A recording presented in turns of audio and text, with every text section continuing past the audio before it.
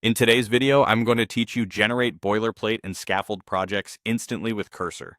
We'll move from a blank workspace to a functional Swift and SwiftUI setup, then use AI to speed up coding, debugging, design integration, and enforce best practices, all without juggling a dozen tools.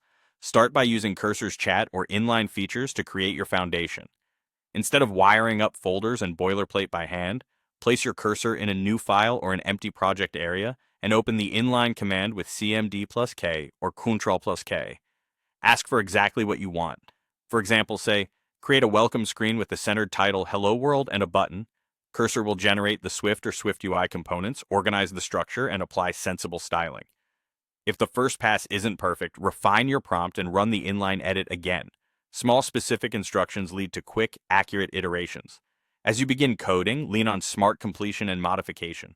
Highlight a block of code and press CMD plus K to edit that selection with a clear instruction such as add basic error handling or improve accessibility labels. The chat panel can also see your entire project, so you can ask for context-aware improvements like making a view more performant or aligning naming with Swift conventions.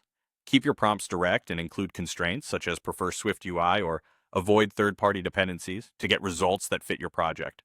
When errors show up in your build logs or at runtime, copy the exact message and paste it into the chat panel. Cursor analyzes it in the context of your code base and suggests specific fixes, often pointing to the file and line that matter. If the suggestion involves multiple files, review the proposed changes, accept what you need, and rerun your build. This approach turns long debugging sessions into quick, targeted corrections. For UI improvements, combine design tools with Cursor.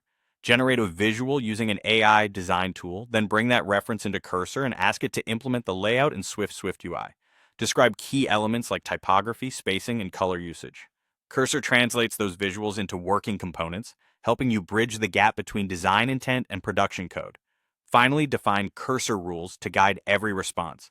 Set preferences such as using SwiftUI, following Apple's human interface guidelines, and structuring code with MVVM. These rules act like project-wide guardrails, keeping the AI's output consistent, maintainable, and aligned with your standards. Update them as your patterns evolve to keep the entire codebase in sync.